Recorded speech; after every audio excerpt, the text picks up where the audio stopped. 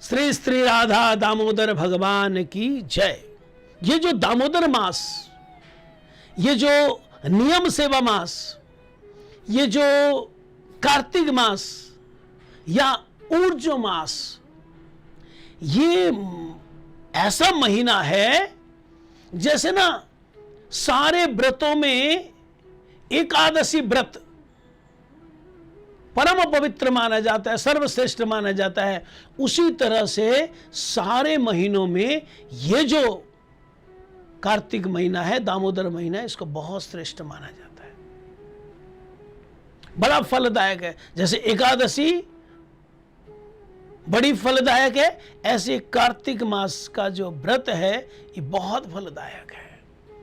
कल को हम सुन रहे थे कि महाप्रभु के शिक्षाष्टकम का जो पहला श्लोक, हरिनाम के परम विजय ते श्री कृष्ण संकीर्तनम के, हरे कृष्ण महामंत्र संकीर्तनम के कितने फायदे हैं। हमारे चित्रूपी दर्पण को मार्जित कर देता है, सारे संसार के दुखों को खत्म कर देता है। इतना ही नहीं, विद्या वधु जीवनम, व्यक्ति का जो दिमाग है बिल्कुल ठीक काम करने लगता है, सही डिसीजन लेने लगता है।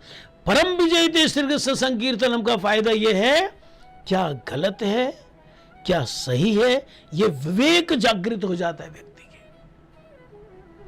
ये विद्या को अगर वधु माना जाए, है ना, किसी की पुत्र वधु जैसे होती है ना बहू, अगर इसको इस तरह फीमेल माना जाए तो इसके जीवन स्वरूप हैं, विद्या रूपी वधु के जीवन स्वरूप हैं कौन? श्री कृष्ण संकीर्तन। जो व्यक्ति निरंतर संकीर्तन करता है उसको विद्या मिलती है, मतलब उसको हर डिसीजन सही लेने की ताकत मिलती है। भागवत गीता की ओर अगर हम जाएं, तेसाम सतत युक्तानाम भजताम प्रीतिपूर्वकम ददामि बुद्धि जोगम तम जेन माम उपयांति थे। भगवान कृष्ण कहते हैं, तेसाम मैंने वे लोग, सतत युक्तानाम निरंतर कहते मुझसे जुड़े रहते हैं, भजताम प्रीतिपूर्वकम प्यार के साथ मेरी सेवा करते रहते हैं। मैं क्या करता हूं? ददामि बुद्धि योगम, उनको बुद्धि योग दे देता हूं। देखो ना, बुद्धि अगर सही है तो डिसीजन सही होगा, जब डिसीजन सही होगा तो हमारे काम अपने आप ही ठीक होंगे। बुद्धि अगर गलत है तो हमारे निर्णय गलत होंगे, जब निर्णय गलत होंगे तो हमारे काम अपने आप ही गलत हो जाएंगे, जब काम गलत होंगे तो गलत काम का गलत नतीजा, गलत फल हमको मिलेगा, तब दुखी हो जाएंगे। तो भगवान कृष्ण जो कहते हैं, भगवान चैतन्य महाप्रभु जी कहते हैं, उस पर हमको विश्वास करना पड़ेगा कि जो हरे कृष्ण महामंत्र है, ये जो श्री कृष्ण संकीर्तन है, ये एक निर्णायक बुद्धि देता है, एक सही सोच देता है, सही समझ देता है। विद्या भी दो प्रकार की होती है ना, ये दुनियावी विद्या और आध्यात्मिक विद्या। ये हरे कृष्ण महामंत्र, अगर किसी को दुनियावी विद्या चाहिए तो दुनियावी विद्या भी मिलती है। किसी का बच्चा पढ़ने में न लायक हो, उससे हरे कृष्ण महामंत्र करवाओ, तुलसी जी के सामने बैठकर हरे कृष्ण महामंत्र करें। और कोई पूछे कितनी देर करें, तो भाई दिन रात में 24 घंटे होते हैं, एटलीस्ट 24 मिनट करें, 24 मिनट महामंत्र करें। ये महामंत्र जो है श्री कृष्ण संकीर्तन विद्या वधु जीवनम है, उस बच्चे को या बच्ची को विद्या मिल जाएगी, अच्छे मार्क्स लेने लग जाएंगे, उसका ग्रेड अपने आप बढ़ जाएगा।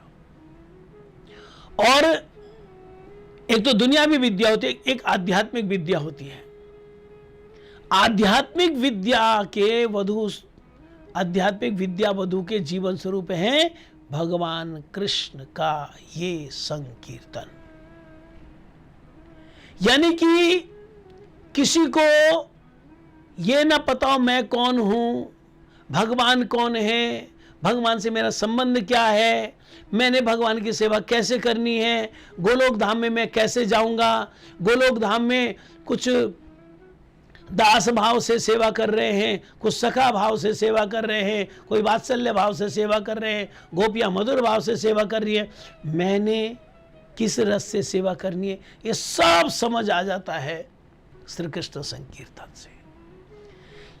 ये श्री कृष्ण संकीर्तन कहते हैं ना, वो नाखून से, पैर का नाखून, नाखून से चोटी तक हर तरह का हमारा कार्य कर देता है। तो चैतन्य महाप्रभु कहते हैं पहला हरिनाम संकीर्तन का फायदा, आपका चित्रूपी दर्पण मार्जित हो जाएगा।